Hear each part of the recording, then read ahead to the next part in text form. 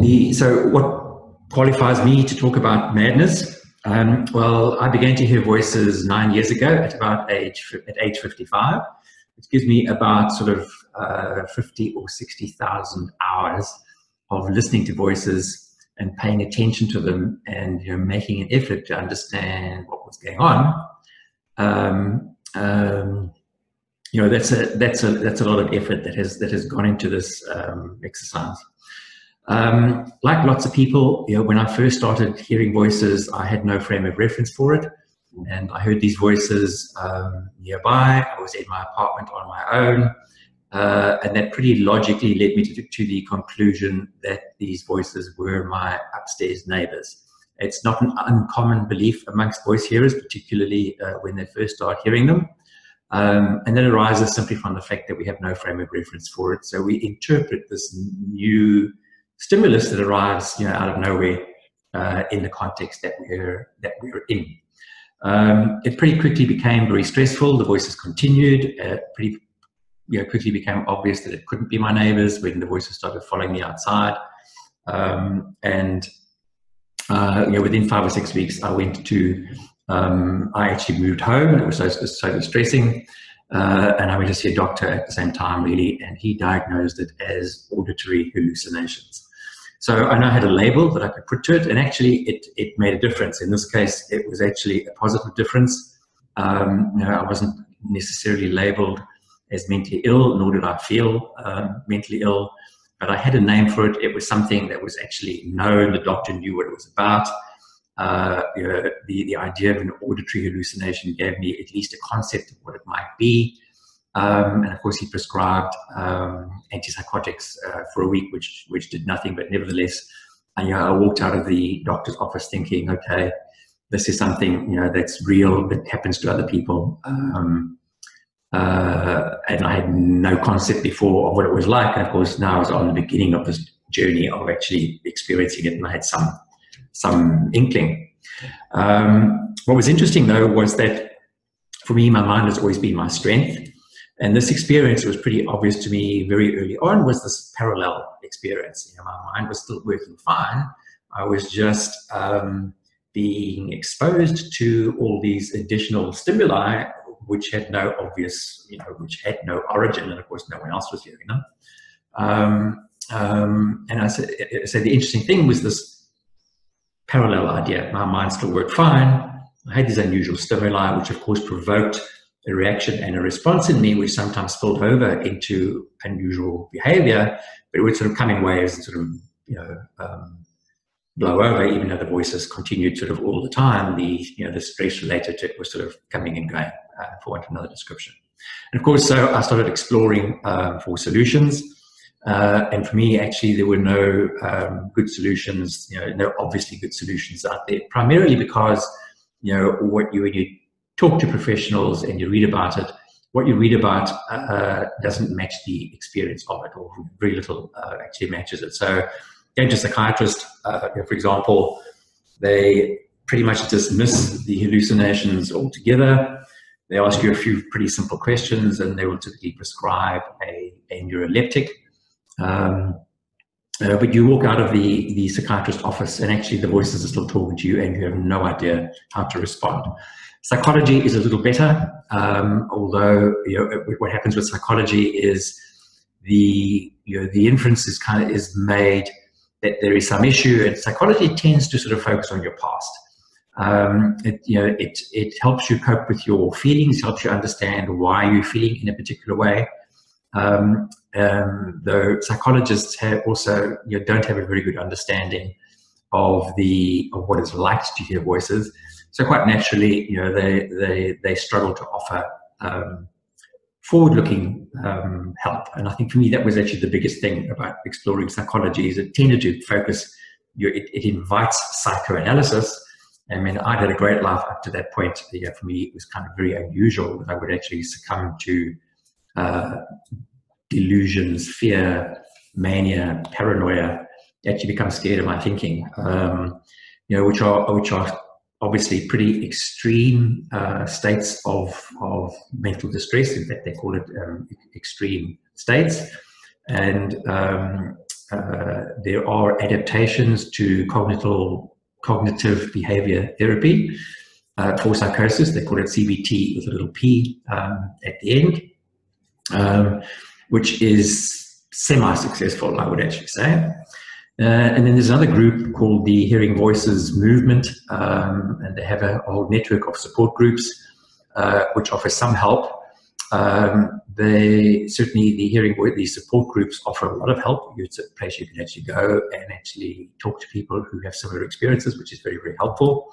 The issue for me was that it grew out of the idea that actually voices have some sort of meaning in your life, and that they actually point to some sort of problems. And since I'd never really had any problems, this made no sense to me either. And unfortunately, they use the words accept, live with, and find meaning in voices. And my voices were so vile, it was such an intrusion in my mind that there was absolutely no way I would accept it and find it had no meaning. It only has the meaning you give to it. I had no choice but to live with it, but that's I acknowledged that and sort of got on with it. So what happened is that I became what's called an expert by experience. I mean, this kind of thing just happens. It sort of chooses you. As I say, 60,000 hours of listening to it. I paid attention to it, made an effort to analyze it and understand it, and that sort of is how you become quite expert at it. And in fact, I have done the facilitators training for Hearing Voices support groups, which of course is a pretty well established process for setting up and actually running support groups. So it's a big nut to crack. This is something the humanity has been exposed to this rather unusual phenomenon that sort of imposes voices and visions and sort of bodily sensations in a rather supernatural way. Our understanding of it through history has changed, just as people have tried to interpret it. The idea of it being, a mental illness is, sort of only roughly, a century old. So, in some sense, the kind of science of actually dealing with it is relatively young, and it's pretty clear that the success rates in sort of dealing with this are not good. In fact, when you go to a psychiatrist, you get a diagnosis of schizophrenia or bipolar or some sort of schizophrenia form or schizoaffective label, depending on how they view the symptoms, they will also tell you that you're actually unlikely to work for the rest of your life. And the best you could do is sort of learn to live with it. And the medications may or may not help you. And they unfortunately have some rather bad side effects in that they tend to make you put on weight, which has all sorts of secondary consequences, and they make you feel pretty dull. So for me, this is a huge issue. So it's not an easy problem to solve. So what made me tackle this wicked problem? So for me, I found the experience so vile, so awful, that when I realized that actually that I was doing better than most kind of that were experiencing this phenomenon, I felt compelled really to do what I could to help others. And of course, I tend to look at these sort of bigger numbers. There are about 300 million people worldwide, that actually suffering from this experience. There are more than that experience it, but there's about 300 million that might sort of actually be suffering. And of course, it has a knock-on impact to sort of friends and family. So for the majority of people, the age of onset is quite young. Parents will end up looking after their children for much longer and wondering what's going to happen to them. And so it actually impacts the whole sort of family and group of friends. And of course, there's a whole group of professionals serving people, that experience these sort of extreme states, and the success rates are not great. So that's actually not very good for sort of professional growth or professional satisfaction, for people in those roles. So as I said, I actually managed to break through. I'm a pretty smart individual. I'm an engineer, which kind of gave me sort of a first principles approach to looking at it. I've got 25 years of experience as a business consultant, with all of that with a pretty strong focus on organizational behavior. So I understand behavior from that perspective. I learned about and actually studied NLP, neuro-linguistic programming, in the sort of business world. We used it to help to understand our clients better, basically deep questioning to understand what they really meant with what they were actually talking about.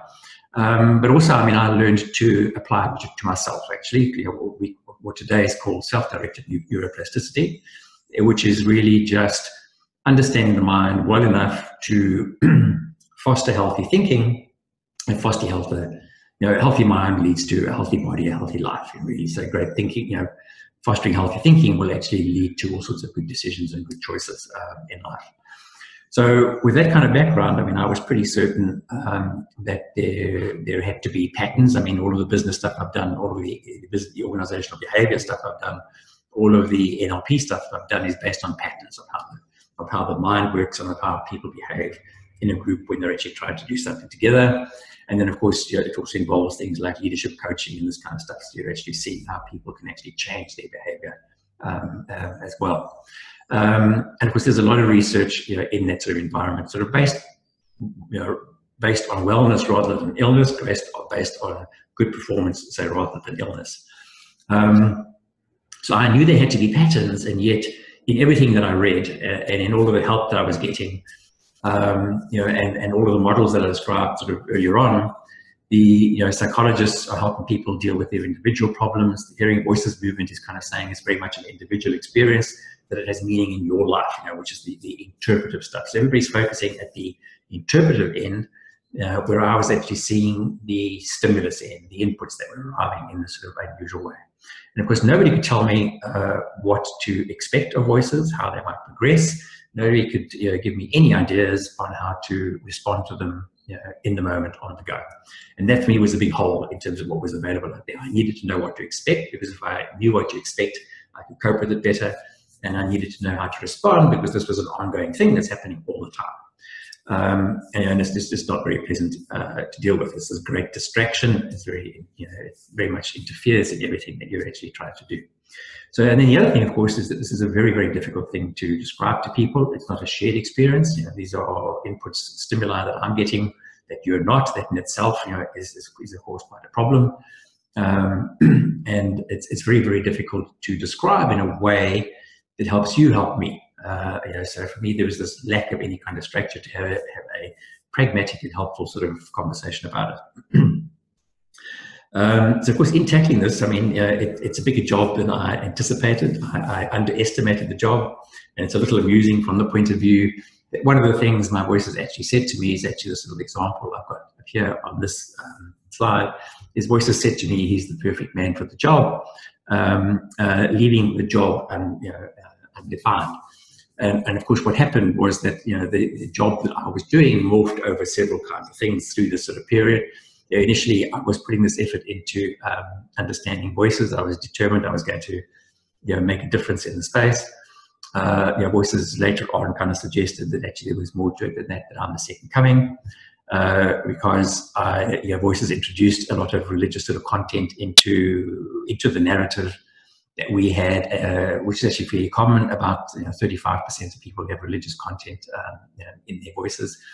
And I pretty soon sort of reached the conclusion that actually the revealed religions are a product of what we today call the sort of hearing voices experience. So I was also going to sort of fix religion, for want of another description. And so the job expanded, and of course that actually is part of the nature of this experience. And I underestimated just how much work was going to go into this whole exercise. Fortunately, I am at the stage where I actually have a pretty clear and concise view of what it is that we need to do as individuals, kind of hearing voices, with a model that actually helps us understand what's going on, that researchers and service providers can actually use. And that, of course, is what this channel is really about. And then, of course, so the primary thing that I understood from all of this was that actually everything flows from the phenomenology. For me, what was new is I was getting these unusual stimuli, and these were provoking a reaction and a response in me. And once I understood the patterns in that reaction and response, what I was then doing to tackle it made much, much more kind of sense. And I formulated that as a whole sort of package, actually, or systematic approach of sort of mind strategies to break through what is called psychosis. Okay. Um, so how did I go about it? As I've said a moment ago, everything flows from the phenomenology, as it's called, which is really the features of the so-called hallucinations. They're pretty complex. They change a lot. It's confusing, often actually deceptive. And of course, the other thing about it is it's very much interactive. It's not this isn't a one-way thing for the majority of people who hear voices. Their own thoughts are expressed as half of a conversation with voices. So it literally is like a form of telepathy, for want of another description. There's an interaction of voices, and of course, what they say to me provokes thinking in me, and what I think provokes a response from them. It's this interactive, two-way conversation that actually is a real-life experience. Voices are parked in your mind and asserted an abusive relationship over you. At the level of thought. I mean, that's actually what's what's going on. Because I had recognized that actually, all of the problems that I'd developed, the belief that it was my neighbors, first of all, the stress that went with it, that made me move, these were all a result of these new stimuli, these new inputs, this new information that arrived in this sort of unusual way. So I focused on that. I focused on the phenomenology and then asked myself, why was I reacting and responding in the way that I was? There were particular things about the phenomenology that provoked the responses that they did in me, and that's what I set out to understand. Of course, I did this perhaps a little deliberately, a little later in my experience in the sort of first year. I was just struggling to cope. I say, fortunately, I realized after some time that I actually was coping better than others, and that there were things that I was doing that actually helped me cope, and that those things were derived from the neurolinguistic programming that I had studied. So over time, what I did was initially I thought actually I was going to write a book. And then, when I was actually living in New York and was able to go to hearing voices kind of support meetings, I sort of expanded my view of what I could actually do. I saw a way to actually use my business consulting experience, and I thought actually I could develop this into a model and actually train people in the service delivery professionals, psychologists, psychiatrists, nurses, social workers, occupational therapists, all of those people servicing people who hear voices, by offering them a better understanding of the phenomenology and the experience of it. And then as that progressed, I kind of realized actually that the way to make a real impact is to work alongside researchers and prove the efficacy of my model. So actually what I did was realized that I was doing some things that worked and some things that didn't work, and I kind of reversed engineered from that back to this understanding of the phenomenology, and then sort of back forwards again, or to developing a model of functional mind that I could actually work with researchers. So in the end, really what happened here, I guess, is that I understood the phenomenology both inside out and outside in, and I use those words because actually what's happening is that's where the patterns are. Is I'm receiving unusual stimuli, which we take in, as we would sort of, they sort of are comparable to how we take in stimuli from our ordinary senses. That's the outside in piece. As we wander through the world, what we're doing is making sense of the world that we live in.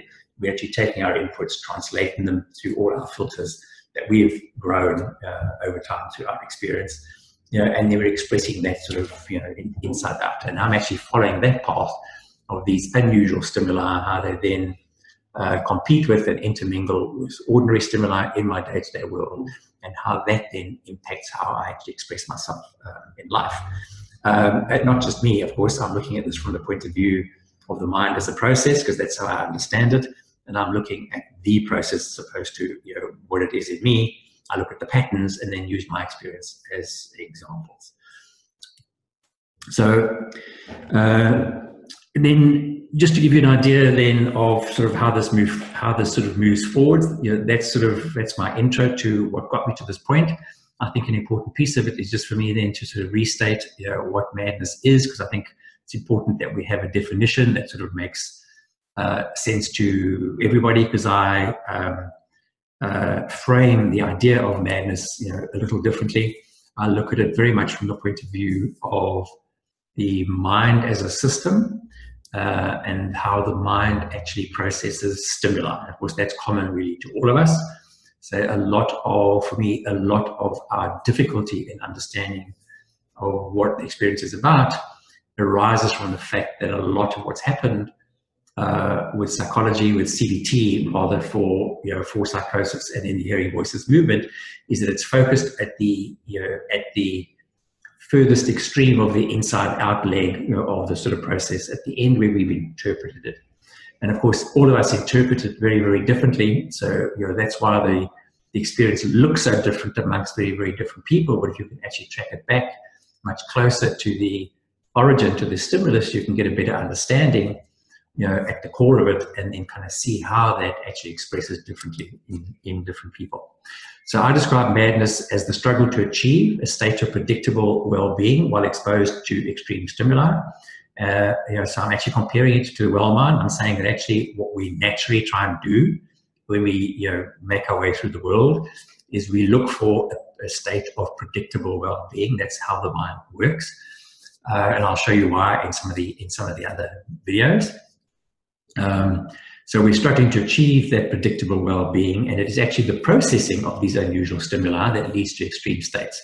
When we process information, it produces emotions, which are a physical body reaction. So this is right at the mind-body interface.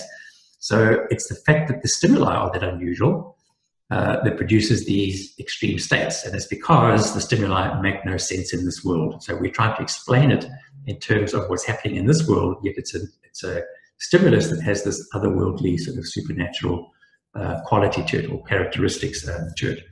So for me, as I said earlier on, everything flows from the phenomenology, which is typically called the hallucinations. And for me, these are extreme stimuli that the brain body reacts to. So there's this new piece of information coming in, my brain body reacts to it. I have an emotional reaction. It literally produces a chemical response in the body, the new information coming in. Which then provokes my mind, actually shunts my mind in a particular direction based on that initial reaction. And I say then struggle to process it because these are stimuli that I can't verify. They're coming from an unknown origin. I can't trace them back. They make no sense. They have, they have no origin. The mind tends to complete sort of patterns. They're difficult to explain. We all interpret them in terms of our own life experience. They're very difficult to find any value in, even though the mind naturally tries to do that, and they're impossible to ignore or avoid. So they're inserting this information into your perception all of the time. And it is that attempt to process them that leads to what's called the extreme states, which is the emotional output of processing the information. And of course, what that leads to is what I'm calling neuroplastic harm. And this is because we understand the mind these days as being neuroplastic. It actually responds to the information that we take in. So things like delusions, which are the sort of unusual beliefs, the disorganized thoughts, mania, paranoia. These are all impacts on how we process information and how information is actually stored in the mind, and the actual mind processes themselves that are provoked by these unusual stimuli. So I'm talking here obviously about your hearing voices, which is the sort of extreme and very obvious presentation of hallucinations or of process disturbances. I actually think that the model is equally applicable to other intrusive phenomena, so OCD, ADHD, and even to some extent to anxiety and to depression, which are disturbances of information and outcomes, which is really how I describe this whole model. So then, just to sort of focus on the sort of very first introductory slide of how I talk about a healthy mind and how I actually simplify the processing. What we need to remember is that the mind brain is predictive. It's always actually looking ahead, and that simply is a fact that arises from the idea that we actually live in time. We're moving through time in a linear, sequential fashion. That's our experience of time. and the mind is constantly kind of seeing, if I do this, then this happens, or when this happens, that happens. So much of what we do is sequential and sort of, and consequential, that the brain it takes in its sensory inputs that way. Obviously, we can actually interpret stuff and explore stuff differently. Our inputs, though, are very much in this kind of predictive, in this predictive sense. And any information that we're taking in, what the mind is actually doing is saying, what do I do with this, basically? And that sort of flow of the answer to what do I do with this is what's producing the emotions. And they are actually what regulates the flow of information. So if the flow of information is producing a logical progression, or one that actually matches a pattern that we've had before, that feels good, the emotions will be good and the information will progress. If it's uncomfortable, the emotions will actually sort of raise flags at these different rates, and will redirect how we actually search for information and evidence to kind of change and adjust the flow that we're sort of going through. So I talk about the flow just literally in these sort of 5 boxes in the middle here. Either actually we anticipate stimuli, or we have expectations about them before they even arrive. So we choose the context that we participate in based on some sort of understanding and expectation of them. I will organize dinner with particular friends because I enjoy their company, and I know that we're going to have fun, and that creates a kind of a framework within which inputs will actually arise. So those inputs are the stimuli. I'll have a reaction to them again. This is the emotion, the body response to it.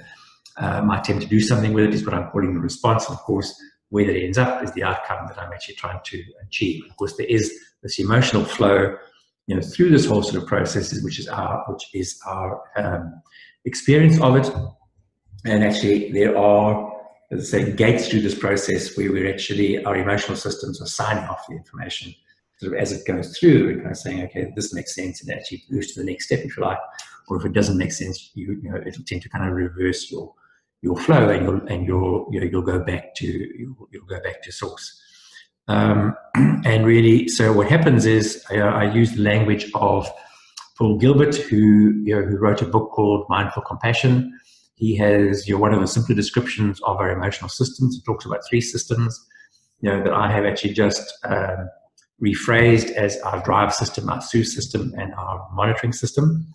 And really, our monitoring system is our kind of check system, where we're actually monitoring our environment, if you like, sometimes called the kind of our threat system. Our drive system is the system where we're trying to act and mediate our way through the world.